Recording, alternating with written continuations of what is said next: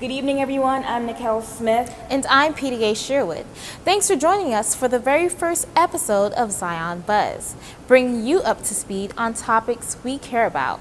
Kicking off this first episode, the election is right around the corner. So are you all set and ready to head out to the polls? I'm not talking about whether or not you know the address of your nearest polling station, but how well do you know both presidential candidates?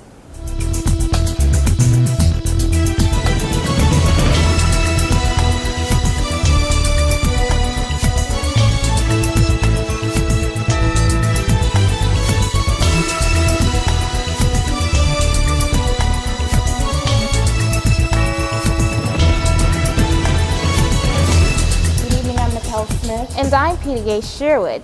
Thanks for joining us for our very first episode of Zion Buzz, bringing you up to speed on topics we care about. Kicking off this first episode, Peter, the election is only days away, so are you all set and ready to head out to the polls? Now, I'm not talking about knowing the address of your nearest polling station, but how well do you know both of the presidential candidates? Be sure to do your research before heading out to the polls because it is critical that college students exercise their voting rights. And if you're living on campus, you won't have to travel far to choose who you want to run the country. Students who live on campus can vote at the Rights Student Union on November 6th. For even more convenience, early voting is already underway here in Florida. Check out alachua.com for additional information. So no excuses. Get out there and vote.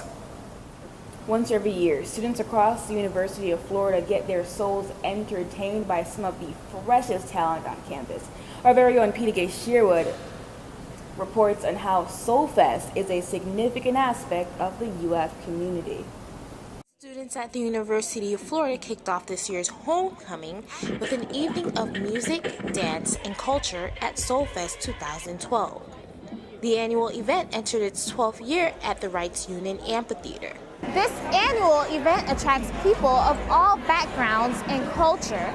During SoulFest 2012, UF diverse student body got the chance to take a journey through America. That's the chosen theme for the SoulFest this year.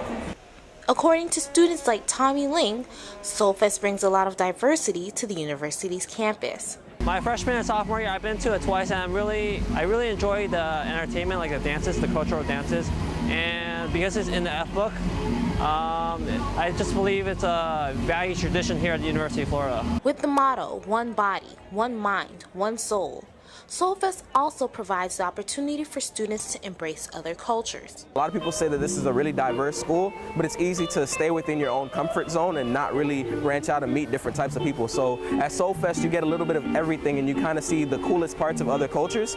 And that's exactly what the intentions was for the event's organizers. Most minority students don't get represented.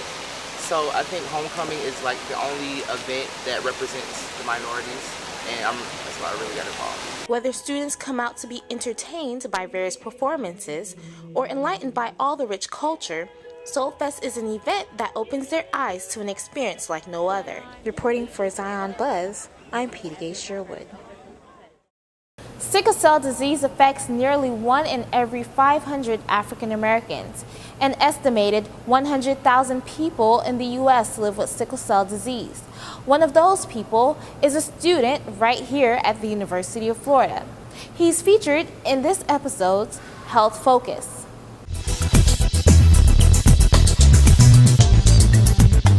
It's hard enough being a college student with homework, classes, and exams. So imagine having to do that all while battling sickle cell. That's exactly what Michael Devond has to do. We caught up with University of Florida student Michael Devond at the annual Sickle Cell Walk. He knows firsthand what it's like to be a student handling sickle cell. When I was younger, I tried to play a lot of sports like basketball and football and running track and things like that, but my sickle cell prevented me from doing a lot of that because when I tried to do a lot of intense physical activity, I would also often fall into pain crises. Michael has been suffering from sickle cell all his life. This genetic disease occurs when blood cells aren't shaped regularly like a circle. This then leads to pain many of us have only experienced when working with a hammer. It's excruciating pain. People ask me all the time, how do you describe it? I was like, well, you ever hit your face with a hammer? You ever hit your face with a hammer? It's like constantly having that done to you over and over for 16 days, for 20 days.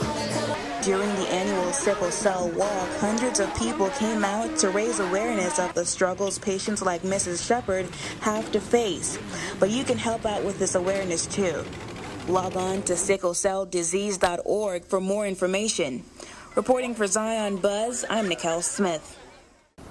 Affirmative action is an age-old issue about college admissions and employee hiring processes. Many minorities are in support of it because they think it may help make their lives a bit easier. Zion Buzz reporter Rochelle Allian has the story on how it's not all minorities that share the same views on affirmative action. The recent Supreme Court case between the University of Texas and Abigail Fisher has rekindled discussion about affirmative action within the Black community. Many are trying to decide if affirmative action is still necessary. We decided to take this question to students within the UF chapter of the NAACP and the Black Law Student Association, and their answers may surprise you. I think that programs like affirmative action, especially if you're from low income as well as I am, I think they kind of work to balance out your opportunities. How can you say, oh yeah, I didn't get in because I was white? Like, it's kind of derogatory to, I guess, minorities because it makes us feel bad about ourselves that maybe we are, just a number. So yeah, it's kind of a sticky situation for sure. I think that based on merit should be the main thing. I know that there's a lot of history behind affirmative action, and at one point in time it was pretty necessary because like Latinos, Blacks, Asians really couldn't get into these schools. But now that like the times have changed a bit, not enough, but they've changed a bit to where like we need to like keep progressing with the I guess like standards of who gets admitted into universities. In addition to disagreement over the necessity of affirmative action, this issue also raises questions about what role race plays in college admissions. So we asked UF academic advisor Liz Kazungu about it. But what was upsetting for students was for the insinuation to be made that minority students, for example, are admitted into any college just based on their race. And we know for sure that is not true. All of us admission professionals who have gone through student applications, it's not just the one thing, unfortunately. Every component of the application is looked at, the application itself, the essay, what the student is going to bring to the university as a whole. Affirmative action is clearly something worth discussing and should continue to be a topic of importance within the Black community. For Zion Buzz, I'm Rochelle Allian. So maybe now thinking of heading out to that open mic, should go for it. Don't suppress your creative spirit. I caught up with rapper and student Nick Swain. He is certainly letting his creativity shine.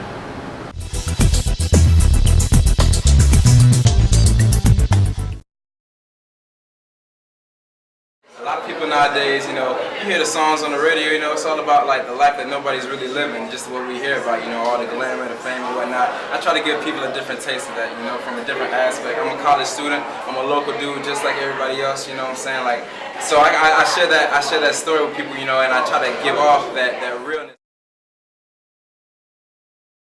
It's hard, I'm not gonna front, because between school, music, and work, it's a lot going on at all times. And like I say, picking up on the seriousness tip, you really start to see how, rapping isn't just like a hobby, it's a career. There's a reason why people get paid as much as they do to do this. There's a reason why people they focus on solely this, because it's a lot going on, just between getting things booked and planned, doing your marketing, getting yourself promoted.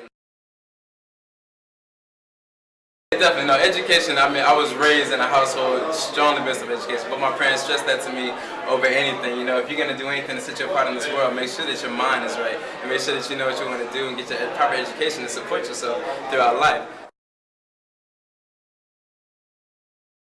I'm majoring in journalism here in the College of Communications, so I try to use my experience in telecommunications to kind of like help me out with, as far as being on the radio, being up in front of people, telling stories and reporting on all that. It's all kind of like ties in together when you just getting used to being a speaker and talking to people and being open about your word and getting your message across, whether it's reporting, journalism, music, or doing shows.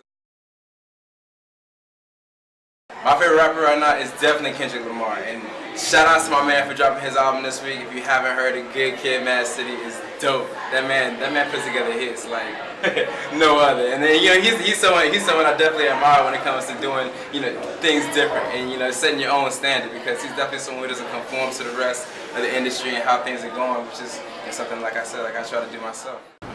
And if you can, be sure to check out Nick Swain later on tonight. He's scheduled to be the opening performance for rapper Kurt Cobain's at the Vault downtown. Well, that will do it for our very first episode of Zion Buzz. Be sure to submit your story tips to GatorNABJ@gmail.com with Zion Buzz in the subject line. Thanks for joining us. And I'm Peter Gay Sherwood. And I'm Nicole Smith. This web show is a part of UFNABJ's Zion magazine and can be found on UFNABJ.org. Thanks for tuning in, and we'll see you next month on Zion Buzz.